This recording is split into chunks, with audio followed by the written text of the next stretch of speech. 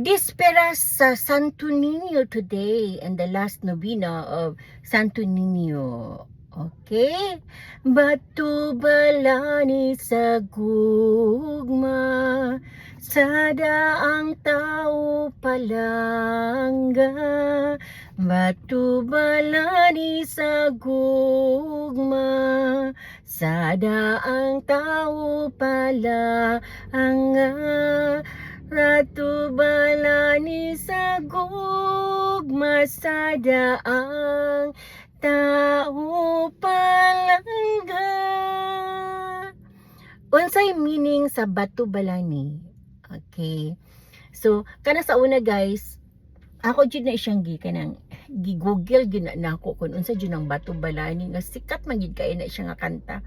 Basta kanang during the novena of Santo Niño, mo gini ginakanta, di ba? Batu balani sa gugma. Batu balani, ang meaning ana is magnet. Magnet. Magnet. Batu balani sa gugma. So, gugma is love. So, batu balani sa gugma, magnet of love.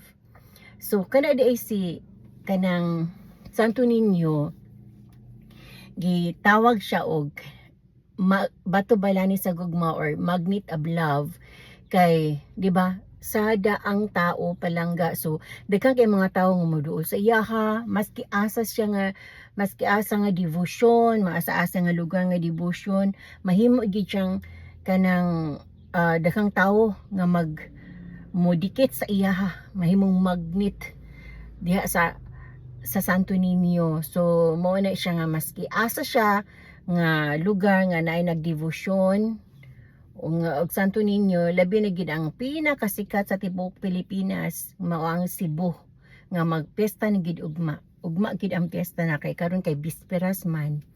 So katong mga nagpesta Santo Niño, happy piyesta mga tagbalay. Katong niaging adlaw kay namista nami kay marag giuna-una nila og celebrate ang kuan tong dito sa Cortes ba katong nangadto mi, ginauna nila celebrate ang kuan, ang pesta na magiuban nga una gyud advance, pero kung sa church good baga basihan na sila mga calendar nga gina-follow. So kuan siya, ugma pa ang pesta gyud sa Santo Niño. Oo. So, mo to guys, batu balani sa gugma, magnet of love. So, Senior Santo Niño, have mercy on us. Okay?